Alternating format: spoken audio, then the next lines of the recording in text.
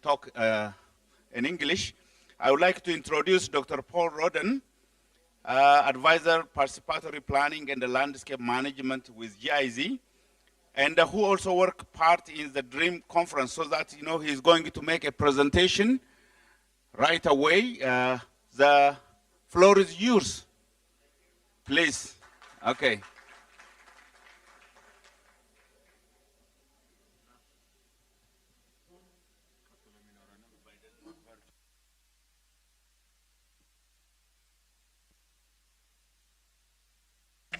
Thank you. Good afternoon, everybody. Good afternoon. I hope you had a good lunch. I hope you're with me. Thank you.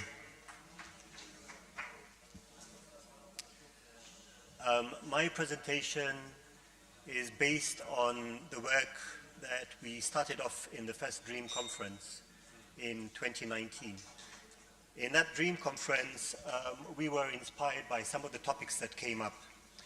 And owing to that inspiration, we felt that we ought to develop some action plans and bring all the relevant stakeholders that were there in that one meeting together, and to somehow embody this idea of cooperation and coordination and capacity development. So in that case, we said, okay, now we have everybody here, we have the range of stakeholders, let's do something practical. Okay.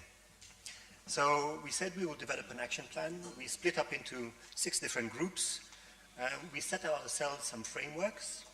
We said that we would first look at the opportunities and risks. Okay, sorry. For the online people. Yep. Okay. So we said we set up a framework. We said that we would develop these action plans. We'd identify a theme.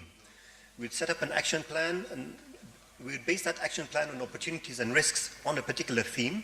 And we said we would frame it within 1 year. And that at the end of that 1 year, in the next DREAM conference, which unfortunately didn't happen as we had planned because of COVID, we would then present our results. Yeah. So we based our action plans on some thematic areas that are shaped by the SDR program, which you can see there as in the loop. Yeah. One thing that was cross-cutting all the action plans, as I had already mentioned, is that we had the idea of coordination and cooperation and capacity development. We wanted to include stakeholders from all levels, yeah, and across all sectors. After the development of the action plan, we said, we would have some lessons learned. From those lessons learned, then we would be able to upscale successful action plans and projects. Okay? So these were the 6 themes that we focused on. One was with regards to participatory planning with pastoral and agro-pastoral communities. It's very important to get local voices in there when it comes to setting out on development interventions. Biological and physical land rehabilitation was the second one. Of course, land degradation is a big problem in the lowlands, and it's only by rehabilitating the land and trying to make productive use from it that we can, that the communities and the beneficiaries can get something out of their natural resources. The third one was on rangeland management, of course. The fourth one was on livelihoods development. This one really focuses on making productive use of the environment. The fifth one was on water supply and disaster risk management. And the sixth one was on how to deal with the invasive species Prosopis. It's much bigger in Afar than in Somali, but it's a really big problem in both areas, in both regions. So I just start with the first thematic area. With the participatory planning action group or working group, what they had decided was that they needed to develop a standardized participatory planning process and guideline. Something that all stakeholders would be able to use when it comes to planning what kinds of development work can be done. Of course, it has to be participatory, and so it starts with the community. This particular activity succeeded in publishing the documents, and there were two parts to that activity. One was what we call the Participatory Community Activity Planning Guideline, and then the second guideline was on PRA approaches. So they were complementary. We also managed to translate them. We had them published in both English and in Amharic. There's still some work. There's still, it doesn't end there, of course. We're using the guideline as we speak, and we are learning that there are some parts of the guidelines that can be improved. So it's an iterative process. We keep on learning and we keep on improving based on our practice. The second theme is, The second theme is biological. This project was under a previous project manager at GIZ, Ms. Christina Ketter. Unfortunately, she left. However, the aim of the project was to develop some land rehabilitation platform. And the idea was that it would help to develop lowland-specific guidelines for land rehabilitation practices, and importantly, to consider local indigenous practices. Unfortunately, this project did not go beyond the first action plan. It's still pending.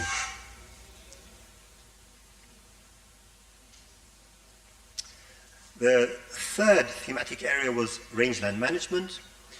This one was also led by a previous GIZ manager who left about a year and a half ago, maybe 2 years ago. And the objective of this one was to take up the Warada Participatory Land Use Planning Guideline and really put it into practice.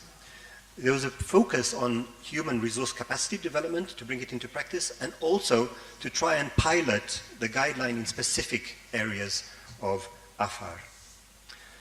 As I had mentioned, Christian Dossier unfortunately left the project. The project was coming soon to an end, also following COVID, and so this project did not scale. The fourth theme is livelihood development, and this was implemented by a colleague of mine, Mr. Hedok. And the intention of this particular activity was to identify and implement successful livelihood strategies. What works in the dryland context? And it was meant to gather lessons learned, what actual practices were being successfully utilized in the lowlands, and somehow to find a way to upscale those successfully identified practices. Unfortunately, also, this activity did not scale.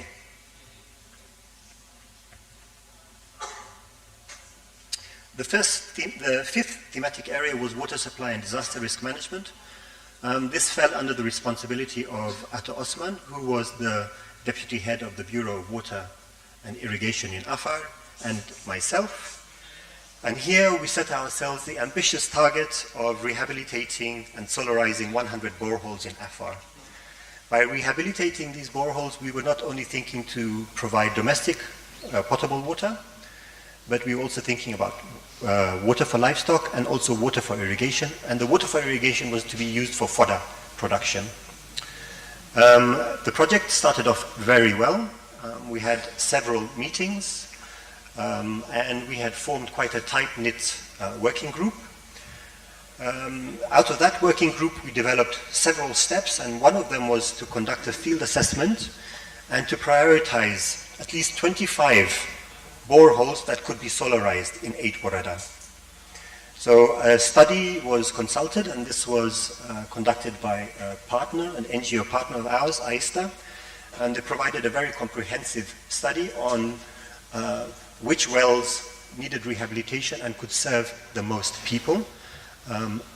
Those 25 shortlisted boreholes were then shared with the 8 different warada administration offices, and they then selected from those 25 at least one in each warada that could be solarized. So when we got to that stage, we then provided a training for the warada experts, and the idea is here that they would be able to draft proposals that they would then be able to submit to donors. And we got through the first training, and it went very well, and then COVID hit.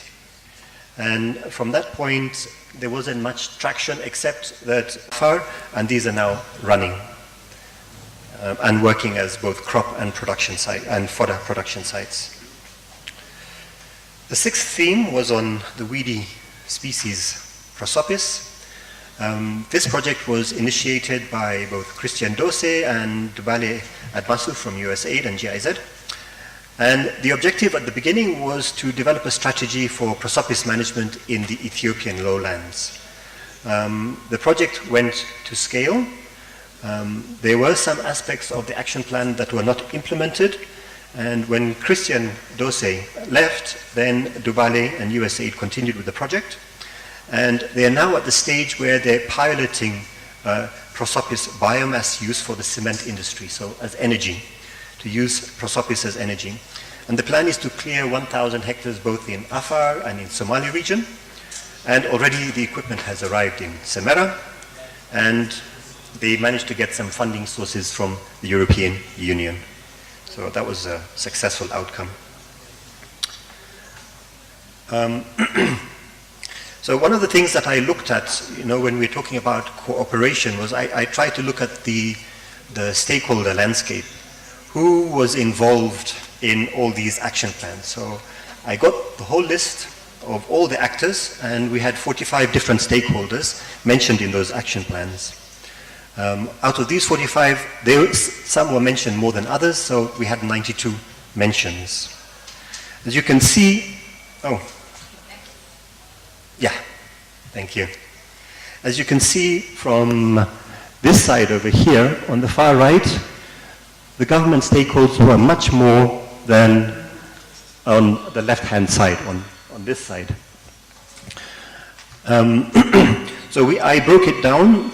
I broke it down into several levels. I said, okay, we have government actors. What kinds of government actors do we have? We have at the Ministry of Agriculture level, so national level. We have the Bureau of Agriculture, so regional level, and so on. And you will see with the next slide how this was then distributed. So out of all the 92 times mentions we had for the different stakeholders, 58 were from government. And at the government level, the regional level was mentioned the most. This was then followed by the national level, the Warada, and lastly the Kabele level. So our action plans somehow indicate that we were working more closely at the regional level. With the NGO landscape, I documented 14 different NGOs, of which 7 were international and 7 were national. We also had private sector stakeholders, and there were 6. We had community mentioned, but only 6 times. And then bilateral actors, this is USAID and GIZ respectively, 8 times. So that gives you an idea of the kinds of stakeholders that were involved in these action plans. So I then went through the documents and I tried to figure out, also based on consultation with the colleagues who are involved in these action plans, what did they think led to successful outcomes? And first one was strong leadership, strong partner leadership, actually, strong partner leadership. And the second one was that the goals have to be clearly articulated. What is it that we want to do? How can we get clear solutions to the problems that we have? The third one was that always there has to be some kind of declaration amongst all the working group members that we are contributing towards this activity in a cooperative manner. The fourth one was that we needed to have strong interest by participating stakeholders. The fifth one was a good mix of expertise in the working group. This was important because for a lot of the projects, you would find that you needed to have people from different backgrounds. And this would then add the value. The sixth one was, well, we needed flexible and well-designed working timeframes. This is often a challenge because other stakeholders will have other projects that they are working on. So we needed to be flexible with our action plans. And of course, very importantly was regular contact with the participating stakeholders. So emails, calls, and meetings. So these were the factors that contributed to achieved outcomes. And then what were the challenges to achieving these planned outcomes? Well, you know, in the field that we're working, we have people coming and going out of projects and even institutions. And sometimes if that's a strong person within the action group, then if that person leaves, then the working group might not function as efficiently as it used to. Of course, you know, we had partners at different levels, so at the national down to the Warada level, and this physical separation also made it very difficult to coordinate and to communicate. I already mentioned that strong expertise and knowledge was important. Sometimes we didn't have that, and that led to a challenge in achieving our outcomes. There might have also been a lack of commitment to the goals. I think this is a very deep question when we talk about participation. So, you know, identifying problems and agreeing that these problems are the ones we should focus often engender commitment to a goal. Sometimes there was insufficient partner leadership. Sometimes there was a budget limitation, you know, also with travel costs. Sometimes there were over-ambitious goals. And then, of course, COVID was a big problem in 2020. And that's when the action plans, most of the action plans were coming into effect. And regionally, in some parts of Afar, and also not so much in our areas in Somali, security concerns were a problem. So I hope I've given you some kind of an overview of what we had done, the challenges we had faced, and some of the successes that we made. But it could be better. And the title, the purpose of this conference is actually now to find out in an honest way what functions in terms of cooperation. This will be the work of the conference. So my final slide is thank you very much. Yeah.